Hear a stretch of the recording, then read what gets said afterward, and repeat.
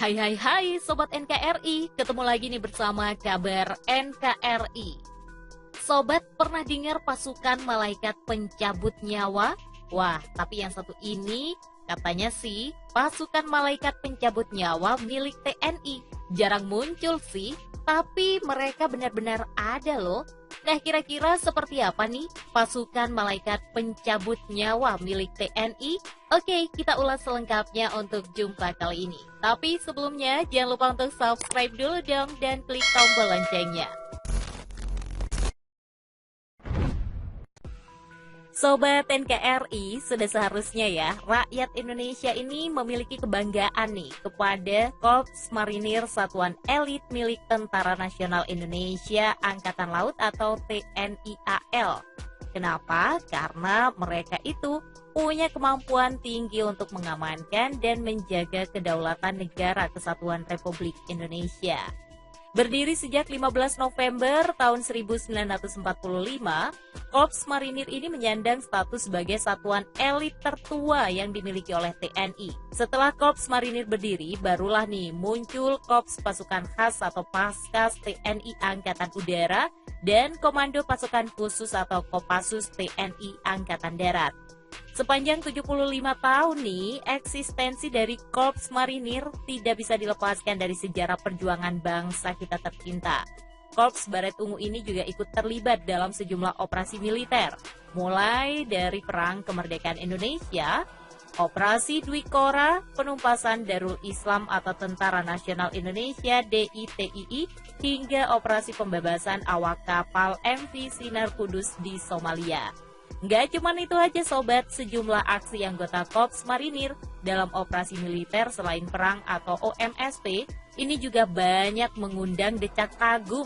Beberapa di antaranya adalah proses evakuasi pesawat AirAsia KZ8501 yang jatuh di Laut Jawa dan evakuasi pesawat Sriwijaya RSJ182 di tempat yang sama. Nah, menurut data yang dikutip Viva Militer dari situs resmi TNI Angkatan Laut, saat Korps Marinir berusia 16 tahun, digagas nih sebuah ide untuk menciptakan satuan elit yang mampu melakukan aksi dalam operasi khusus yang senyap dan rahasia. Keren ya, sekeren itu mereka. Tepatnya pada 13 Maret 1961, berdirilah Kompi Intai Para Amfibi atau KIPAM, yang isinya itu ada prajurit terlatih dengan kemampuan di atas rata-rata prajurit biasa. Bisa dibilang mungkin ini prajurit super gitu ya. Setelah 9 tahun berdiri, KIPAM ini kemudian berubah menjadi Batalion Intai Para Amfibi. Nah, setahun berselang nih Sobat NKRI, Batalion Intai Para Amfibi berubah nama lagi nih, jadi Batalion Intai Amfibi atau Yontaifib hingga sekarang ya. Bergonta-ganti nama terus sih, tapi kemampuannya nggak diragukan lagi. Nah, dengan kemampuan bergerak senyap dan mematikan, Batalion Intai Amfibi ini punya semboyan nih sobat, yang diambil dari bahasa Sanskerta, Maya Netra Yamadipati.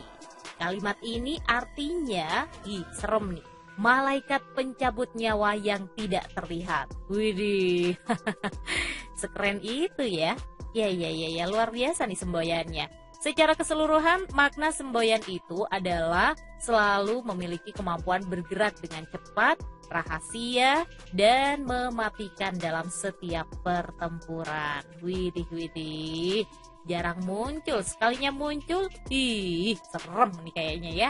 Batalion Intai Amfibi Korps Marinir juga diresmikan menjadi pasukan khusus nih pada 2003. Dengan segala kemampuan yang dimiliki Yontaifib, jelas nggak mudah ya sobat bagi seorang prajurit untuk menjadi anggotanya.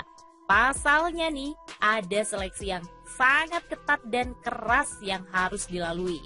Sekedar informasi aja nih sobat, untuk menjadi anggota Batalion Intai Amfibi, seorang tamtama, bintara, atau juga perwira, minimal sudah menjalani dinas aktif di Korps Marinir.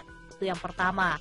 Dan salah satu syarat wajib yang juga harus dilakukan oleh para calon anggota Yontaifib adalah berenang sejauh 3 km dengan kondisi tangan dan kaki terikat. Widih, Kita aja yang gak diikat ya, berenangnya susah. Apalagi dengan jarak sejauh 3 kilometer. Gimana ceritanya, kayak kecebong ya. Nah, gak cuman itu aja sobat, para calon anggota juga harus mampu berenang kurang lebih 12 kilometer tuh menyeberangi Teluk Poncomoyo, Banyuwangi, Jawa Timur. Wah, kira-kira kalau kamu kuat berapa kilo nih berenangnya? Kalau kamu bisa kuat sih berenang sejauh itu dan juga dengan kondisi ya yang tadi dibilang, tangan dan kakinya terikat, boleh deh coba-coba untuk bisa jadi calon anggota Yontai VIP ya. Tapi kayaknya berat nih.